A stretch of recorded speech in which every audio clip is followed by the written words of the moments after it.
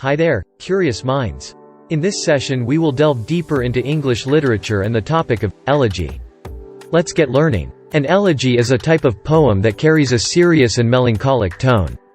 It's often written as a form of reflection on the sorrow of losing someone who has passed away. Picture it as a journey of emotional exploration, a trail of words leading us through the complex landscapes of grief, regret, and acceptance. An elegy can be a heartfelt tribute from a poet mourning the loss of their dear friend, or it can echo the frustration at the loss of a brilliant life cut short. But it's not only about expressing grief.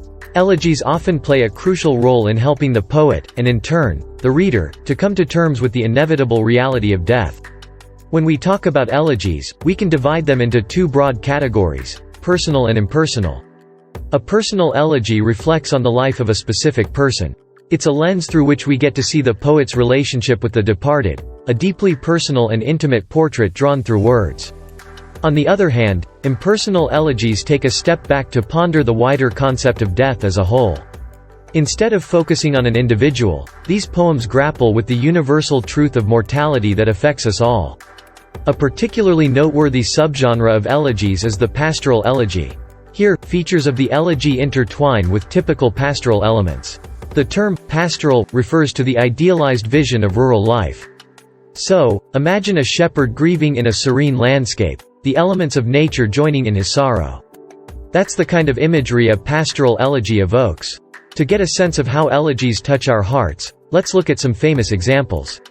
Alfred Lord Tennyson's In Memoriam A.H.H. from 1850 is a poignant personal elegy written in memory of his dear friend Arthur Hallam. Walt Whitman's O Captain, My Captain, from 1865 mourns the loss of President Abraham Lincoln.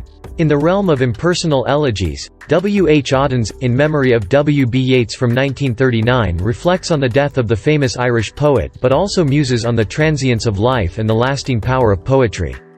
Lastly, we have Percy Bysshe Shelley's Adonais from 1821. It's a pastoral elegy grieving the death of his contemporary, John Keats. These elegies, with their diverse explorations of death and mourning, have left a lasting impact on English literature. That wraps up our session. Remember, each day brings new learning opportunities. Until next time, stay curious.